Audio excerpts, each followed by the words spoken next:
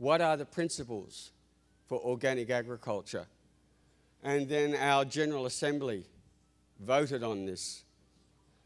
So this is the agreed international basis of organic agriculture.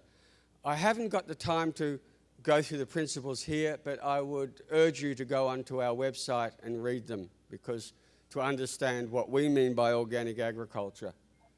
But getting back to our objective, what is very important for us is that all farming systems that are based on our principles are organic, whether they are certified or not certified. Certification is a marketing tool. It is not a production method. So we will include all farming systems.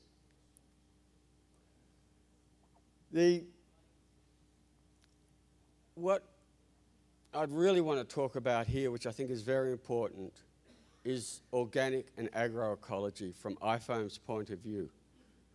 And from our point of view, we believe that all organic systems should be based on the science of agroecology. They should be agroecology systems. It's why one of our fundamental principles is the principle of ecology.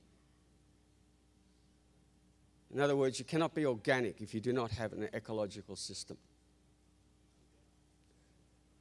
We have a definition of organic agriculture, and I have highlighted the relevant parts. I just want to say that, you know, they have to be ecological processes. They have to have biodiversity.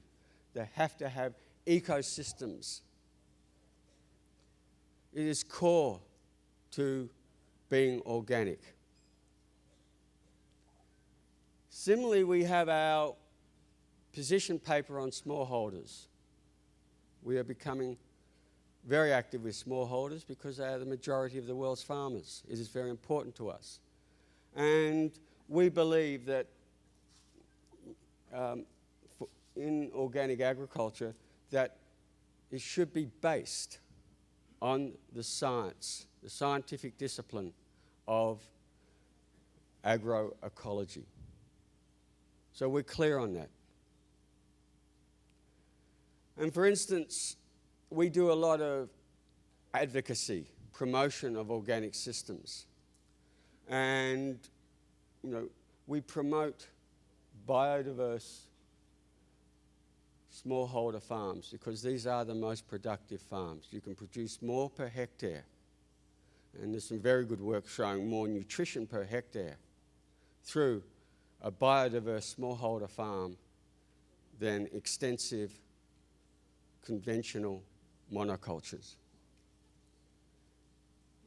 We promote the multifunctionality of these farms by having polycultures, multiple systems. We also promote the importance of diversity for having resilient systems. It is very important. And we show how the average organic farm has far more species than the average conventional farm and why this is important. One of the areas that we're actively promoting, and Pablo talked about it in his keynote speech yesterday, is the concept of eco-functional intensification, where what we want to do is teach farmers how to use functional biodiversity. In other words, how to apply agroecology to their systems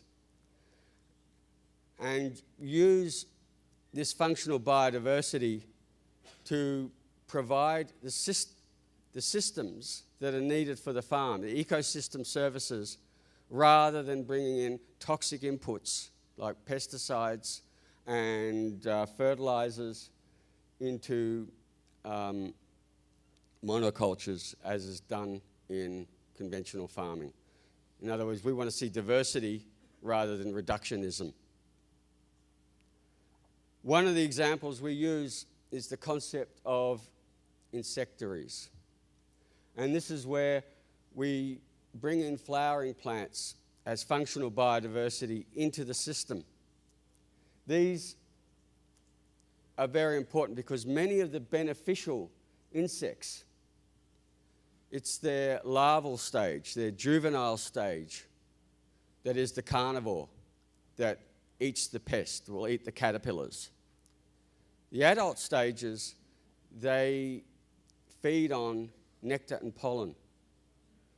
And in many cases, they actually need the flowers as mating sites to reproduce, and they also need the nectar and pollen to become sexually mature as well, so that they can produce the next offspring. So a farm without flowers is actually a biological desert. We cannot get these beneficial species to reproduce. So it is very important that we put these into the farming system.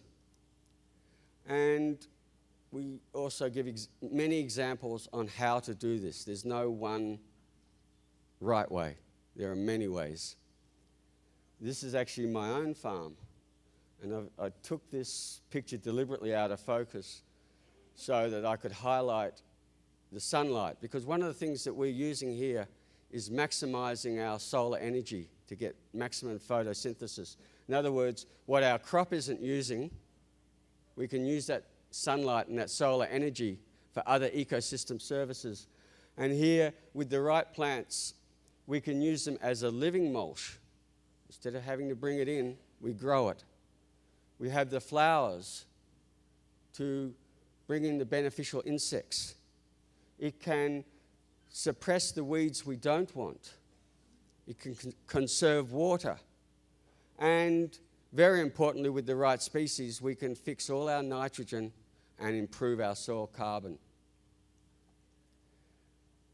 This is in Bhutan. And all farms have marginal areas we cannot use for farming. We can put functional biodiversity there to bring in beneficial insects, beneficial birds, reptiles, frogs. We can, very importantly, harvest this for forage for our animals, harvest it for compost, and use that to put on our crops. And I'll talk more about that later. This is in Kenya.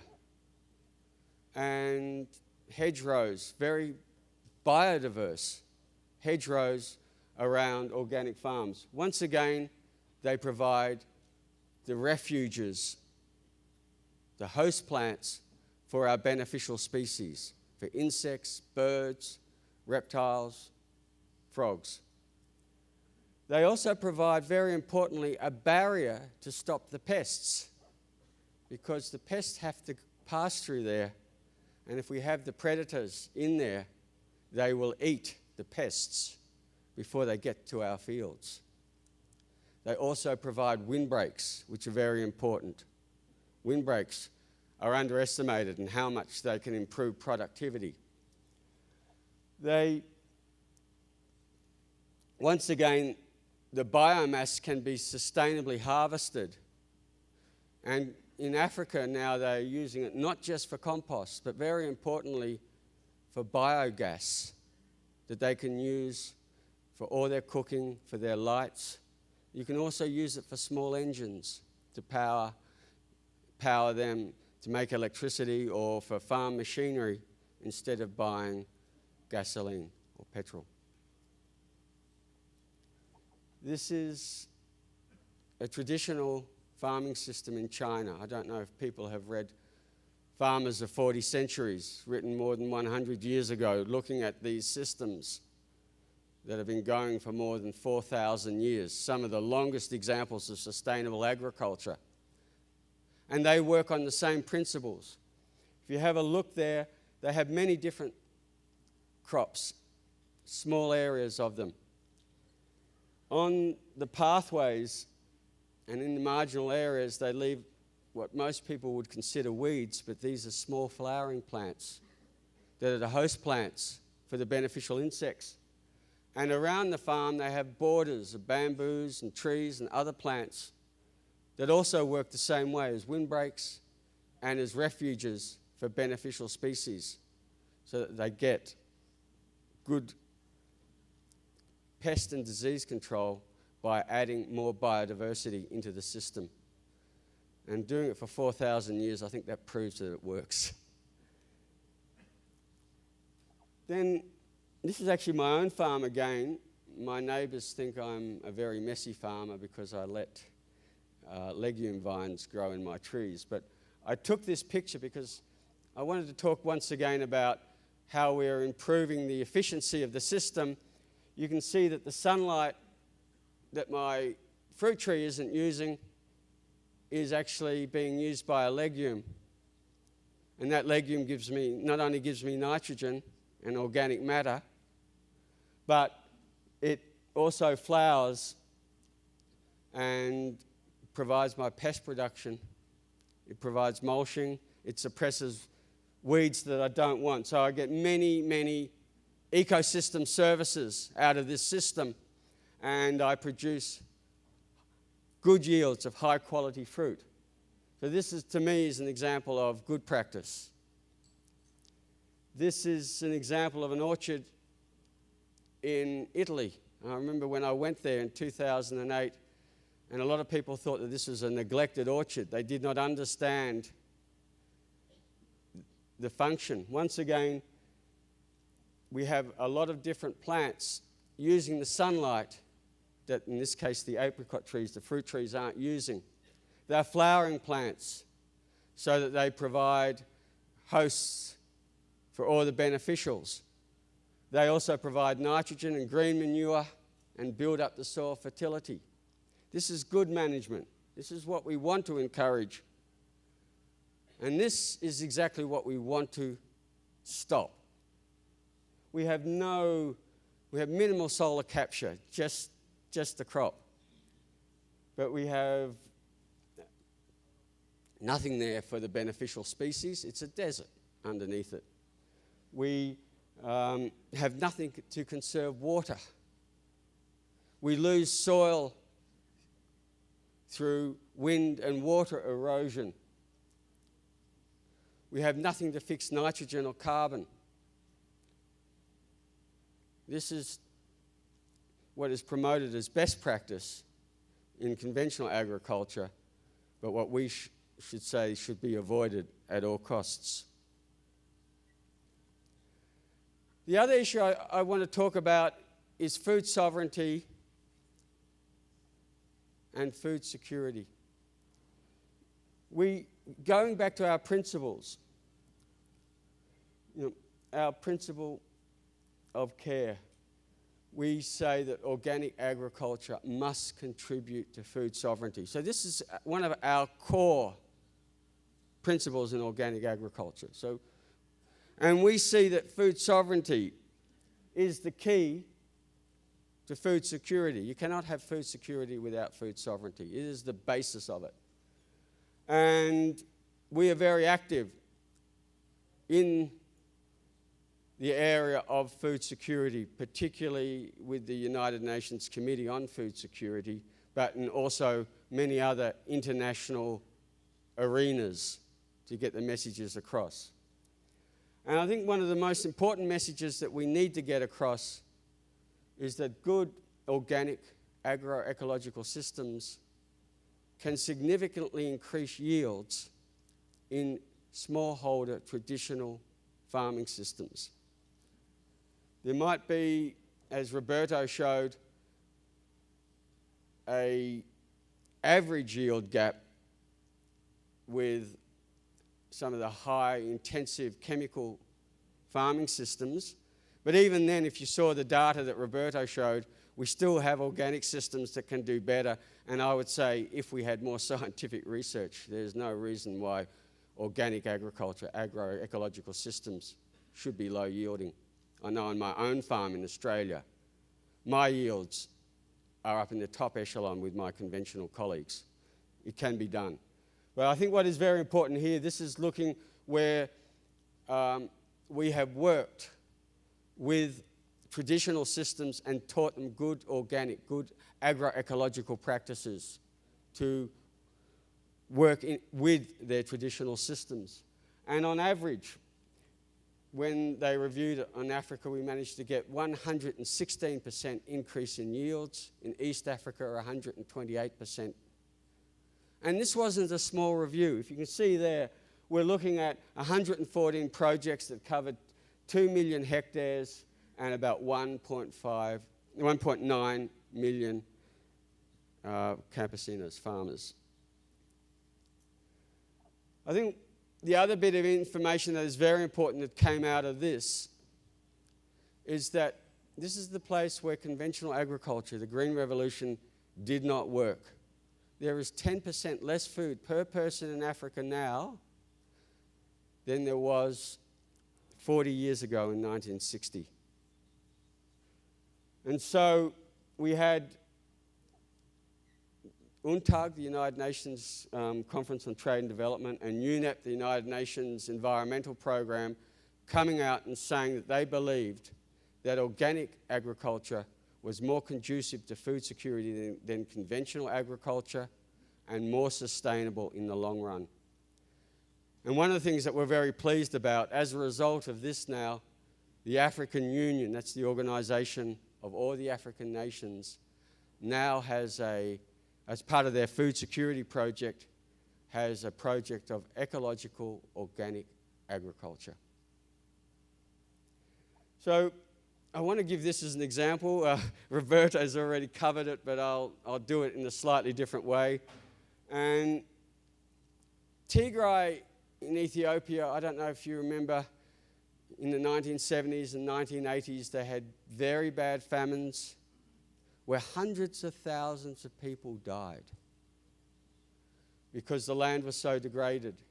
So one of our members, the Institute of Sustainable Development, started a project where, and this is a whole of landscape project, and it started with rehabilitating the hillsides, putting in the biodiversity back, fixing up the watercourses, replanting them, getting them to start growing legumes in the fields to increase the fertility.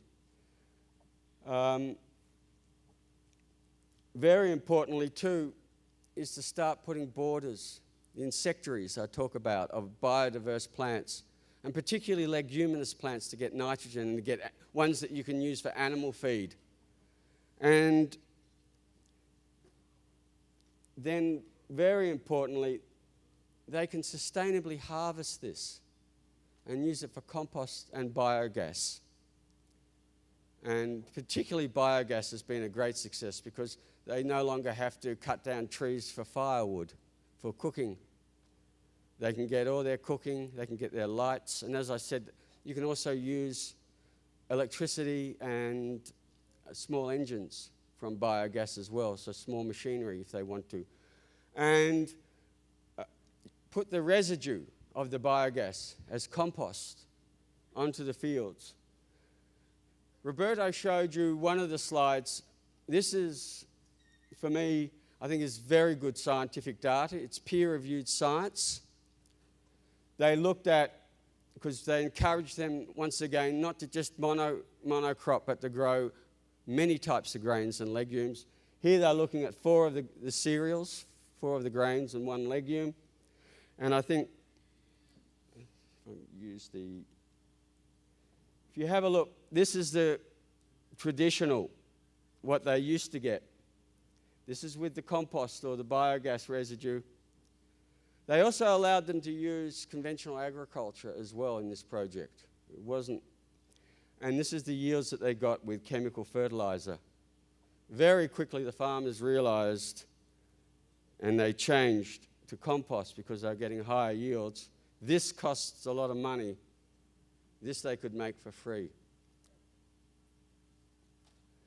The other thing that they noticed, which is very important, was when they had the wet years and they get rust, stripe rust in wheat in some of the grains.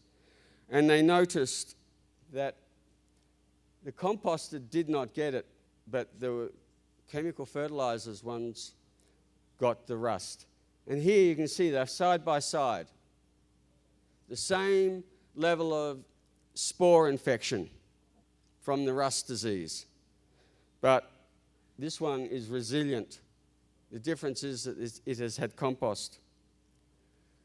The conventional had to be sprayed with fungicide, otherwise it would have died. They got 1.6 tonnes per hectare. The organic did not need to be sprayed, and they got 6.5 tonnes per hectare. I also just want to show the economics, which I think is very important, because in the end of the day, farmers, as Roberto showed the pyramid, farmers need to have more than just food.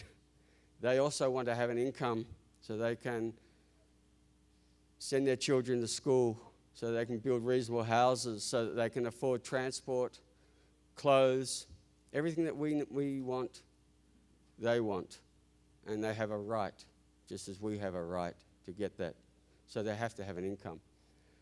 So in this case, if I won't read through the whole figures, but the fact is it costs $300 a hectare for them to, for fertilizers.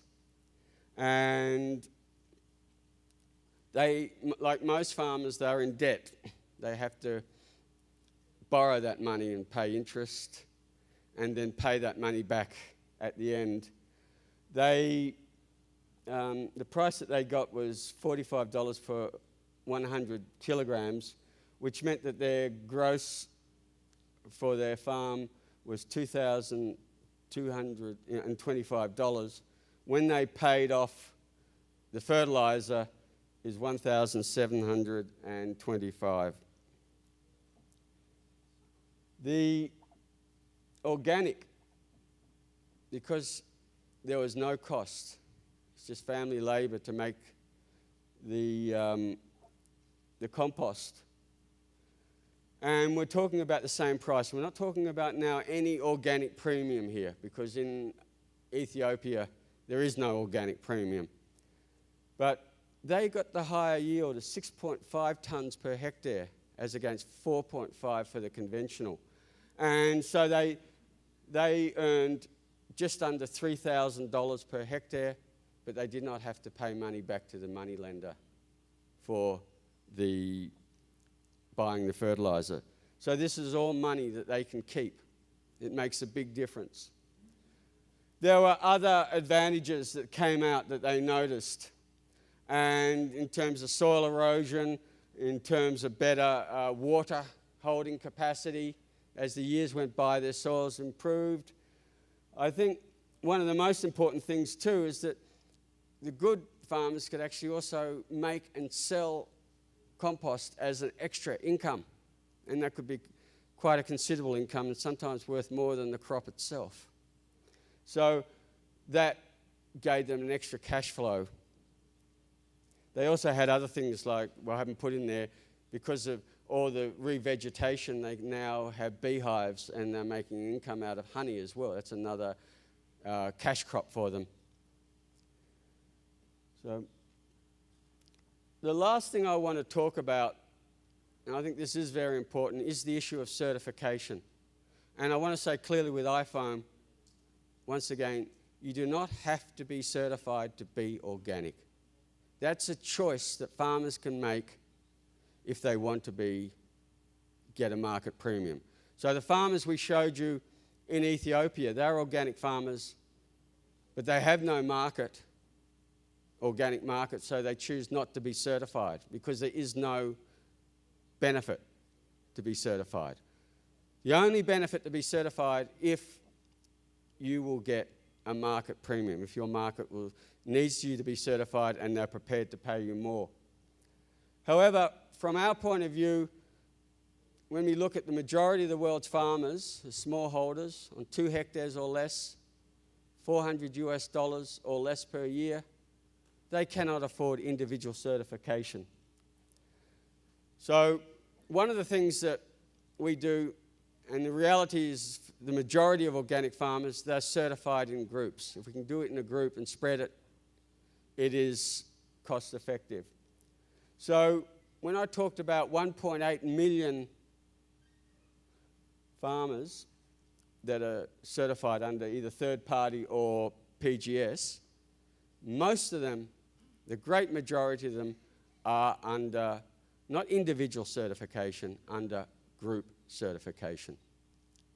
You know, in Estados Unidos or my country, or in Europe, in the developed world, where farmers have more income and more land, yes, we are individually certified. But most farmers are smallholders in the south, so they choose group certification. And to give an example, the two countries, when Roberto showed you the countries with the most certified farmers, it's India and Uganda. So in Uganda there's 88,000. They have a total of 220,000 hectares. So the average Ugandan farmer has 1.6 hectares. India, there's over 500,000, 547,000.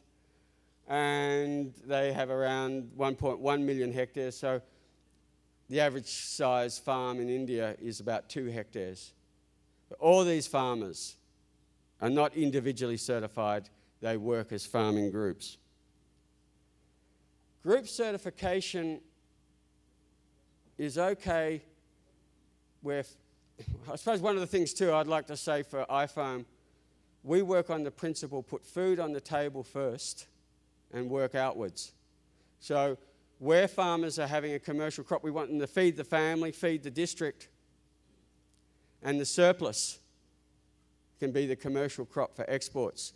So most of these smallholders have lots of small surpluses, and if it's bananas or coffee, they can be aggregated and then sent to Estados Unidos or to Europe for those farmers. But the reality is, for most smallholders, they have small amounts of diverse crops. So we've actually found that group certification really, is not that suitable. And as a result, it's why we're now promoting PGS. Roberto went into great detail about it, so I will not speak too much about it. I want to say, if you are interested, it's at 4 o'clock today. We have one of our managers, Hervé, who is here, who will give a detailed presentation on PGS around the world and what we are doing on every continent on this planet, or every arable continent. We don't have a lot of agriculture in Antarctica, so we don't really bother. We are also working with other guarantee systems, not just PGS. And some of them, particularly what we call the short chain, where we can bring the producer and the consumer together. These are the shortest marketing systems. And these ones we don't need to have a third party to guarantee. The producers and the consumers can work that out between them and with different systems. So there's one that's been going in Japan now for 40 years, the Teike system. Similarly, in Europe and North America, it's called Consumer Supported Agriculture, CSA. They're very good examples. They don't need to have certification. The other ones which are working very well are cooperatives, where consumers and farmers work together. And the best examples are in East Asia. And there are millions of people involved in these in Japan, Korea, and Taiwan. Where they are very successful, say in Korea, the ones I know, The average Korean farmer is a smallholder. In fact, in Korea, if you have 1 hectare, you're a big farmer. And people say, oh, 1 hectare is not financially viable. You cannot be financially viable. But with these cooperatives, the farmers and the consumers agree on the prices every year and the amount that is produced. As a result, the average organic farmer in Korea in this cooperative earns an income that is higher than the average wage in Korea. And Korea's wages, by world standards, are amongst the best. So it proves that with the right system, a 1 hectare farm can be economically viable, very economically viable, and feed a family, and so the farmer can send their children to university and pay for that and buy new cars. It is possible. And the other side of it, which is also happening, is that the consumers get the freshest organic food at the same price and less than conventional food in the supermarkets. These are the types of systems that we need to look at and modify for other countries. They're working, as I said, there are millions of consumers who are doing this now in East Asia, and thousands of farmers that are taken out of poverty in this system. This is somewhere where I'd like to see more research, because some of these co-ops, have turnovers of over $200 million a year. And we know that their value is probably in billions of dollars, and is far more than the official figures for third-party certification. These figures aren't collected, and they need to be. But more importantly, the information on how these systems work needs to be,